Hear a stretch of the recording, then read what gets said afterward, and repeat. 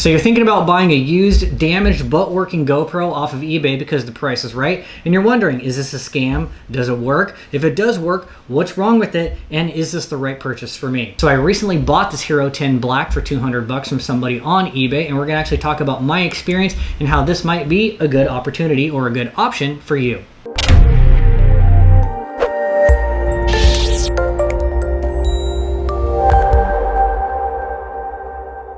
What's up everybody, welcome to Life of Acro. I'm Acro Brandon and this is my life. So today's purchase of the Hero 10 Black is because I'm into flying FPV. Now I have a Hero 7 over here that recently died for no good reason. I have a Hero 9 over here that's been pretty well working. I smashed the back here when I first started flying FPV, and in retrospect I replaced the back screen myself, and I probably should have stripped it down to be a naked GoPro, which is how we got to the Hero 10 on a budget. So I got a 5-inch Nazgul over here, which is a great quad. I got a ProTech 35, which is kind of busted and in repair mode right here, which should be flying something later. And my smallest one here, which is my favorite build, is the ProTech 25, which I plan on using for like indoor real estate tours and commercial stuff like that. And I do have the Runcan Thumb Pro 4K up here, but the quality is just not good enough for where I want to be, and so that's why we're looking at the GoPro Hero 10, because I need a bones GoPro for this right here, but I can't afford a $350 plus tax one from GoPro. I can't afford to buy a new GoPro Hero 11 for $400 and strip it down. That doesn't make sense. And even if you try to find a 9 or a 10 used on eBay right now, they're still holding their value quite well for right around the $300 to $350-ish mark, which is just a little bit out of my range. So if you look for busted GoPros, there's a bunch of these and they're out there, and they're only 200 bucks, 225, maybe 250 on the high side for a 9 or a 10. The 11s are a little bit higher. So the question is was this a good buy? What is wrong with it? Because they sell it to you, they say it works, doesn't come with a battery, no refunds unless it's dead on arrival. So what did I find out by buying this and testing it before I strip it down for this? So if we come in for a closer look, overall this Hero 10 Black was actually in pretty good shape. There's some mild damage here to the top part of the lens, which is no big deal, because if you're going to try and reuse this, you get a replacement lens for, I want to say, maybe like 20-ish bucks, no big deal. But the front screen works, back screen works, I've tested it out, right? The battery door still locks down, doesn't come with the battery, it does all the recording and all of that great stuff. So when I tested this thing out, it must have some kind of power supply issue.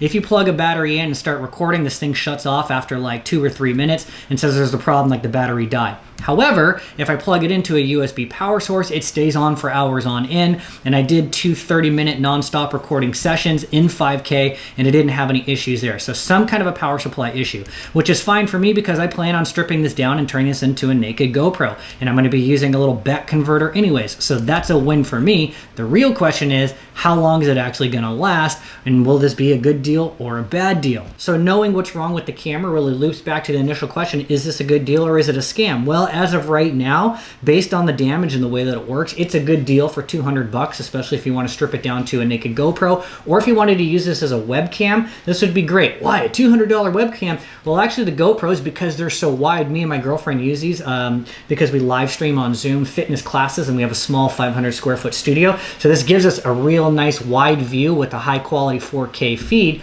that you can't get from other webcams on the market. So in some respects, that might be a good option here too. Some of the ones that you get for 200 bucks on eBay, they don't have a working front and or back screen. There could be other issues, but all the ones that I looked at right around the $200 range for a 9 and a 10, typically they worked, yeah, but they never came with a battery. So I assume that there's some kind of hardware glitch where a lot of them will work on USB power, but are not going to work on battery power. So then that's going to be the next question is, well, how long is this thing going to last? And you're just going to have to stay tuned. And if this thing dies in 2 or 3 months, I'll put an update to a link down below in the video here. But I think for 200 bucks for a Hero 10, this is a steal, right? The GEP RC case is going to be $80 shipped. So for $280, I'm going to have a naked GoPro. If you're going to buy a naked GoPro on the GoPro site, it's like $350. The only benefit there is that if you do the subscription plan, right, you can get free replacements if it gets damaged or whatever. So that's kind of nice, but that's really just not in my back pocket right now. So